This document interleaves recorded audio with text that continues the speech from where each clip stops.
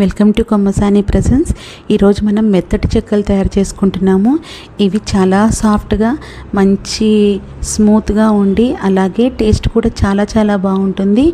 చల్లబడిపోయిన తర్వాత కూడా సాగడం లాంటివి ఏమీ లేకుండా మనం ఫస్ట్ రోజు ఎలా తయారు చేసుకున్నామో అలాగే ఉంటాయి. 3-4 డేస్ వరకు కూడా నిల్వ ఉంటాయి. దానికోసం బియ్యం పిండి తీసుకోవాలి. బియ్యం పిండి ఎక్కువ కాలం గడిచినదైతే బాగోదు, కొంచెం ఫ్రెష్గా ఉన్న బియ్యం పిండి అయితేనే బాగుంటుంది. ఈ బియ్యం పిండిని మీరు ఎంత క్వాంటిటీలో మెత్తటి చెక్కలు చేసుకోవాలనుకుంటున్నారో అంత క్వాంటిటీలో బియ్యం పిండిని తీసుకోవాలి. మెజర్మెంట్ ఏమీ లేదు. అలాగే ఒక ఉల్లిపాయని సన్నగా తరుక్కొని వేసుకోవాలి. ఆ తర్వాత ఉప్పు, కారము రుచికి సరిపడినంత వేసుకోవాలి. తర్వాత 3 పచ్చిమిరపకాయలని సన్నగా తరుక్కొని వేసుకొని ఆ తర్వాత కొంచెం కరివేపాకు అలాగే కొంచెం కొత్తిమీరని కూడా యాడ్ చేసుకోవాలి. మీరు ఉన్నవి వేసుకోండి, లేనివి అయితే స్కిప్ చేసేసుకోవచ్చు. అలాగే ఇక్కడ నేను పచ్చిశనగపప్పును యాడ్ చేసుకుంటున్నాను. ఇంట్లో మీ ఎవరైనా పెద్దవాళ్ళు ఉన్నట్టయితే వాళ్ళకి నలగవు కాబట్టి పచ్చిశనగపప్పును కూడా మీరు స్కిప్ చేసేసుకోవచ్చు. అలాగే నువ్వులు వేసుకుంటున్నాను. నువ్వులు అనేవి వేయించకుండానే పచ్చివే వేసుకుంటున్నాను.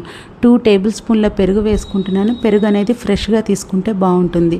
అలాగే 2 టేబుల్ స్పూన్ల ఉప్మా రవ్వని వేసుకుంటున్నాను. 1/2 టీ స్పూన్ పసుపును వేసుకుంటున్నాను. సో ఇవన్నీ కూడా చక్కగా కలుపుకోవాలి. దీంట్లో మీరు ఏది లేకపోయినా స్కిప్ చేయొచ్చు, కానీ రవ్వ, పెరుగు ఉండేటట్టు మాత్రం చూసుకోండి.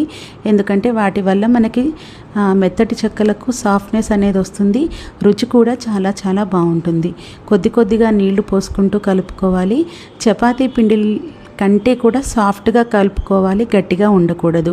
గట్టిగా ఉన్నట్టయితే మనకి చెక్కలు కూడా గట్టిగా ఉంటాయి.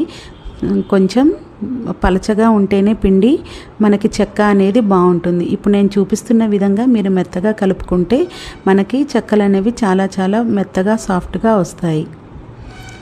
ఈలోపు మనము స్టవ్ మీద బాండీ పెట్టేసుకొని ఆయిల్ని కూడా హీట్ చేసుకుంటూ ఉండాలి. ఈ తర్వాత ఒక పాలిథిన్ కవర్ తీసుకొని దానికి ఆయిల్ని అప్లై చేసి మీకు ఎంత సైజులో చెక్కలు కావాలో అంత సైజులో పిండిని తీసుకొని ఒక ముద్దలాగా చేసుకొని చక్కగా ప్రెస్ చేసుకోవాలి. చేత్తో ఈజీగా ప్రెస్ చేసేసుకోవచ్చు, అంత సాఫ్ట్గా ఉంటుంది కాబట్టి ఈజీగా చేసుకోవచ్చు. మధ్యలో హోల్ అనేది మీ ఇష్టం, పెట్టుకోవచ్చు లేకపోతే పెట్టుకోకపోయినా పర్లేదు.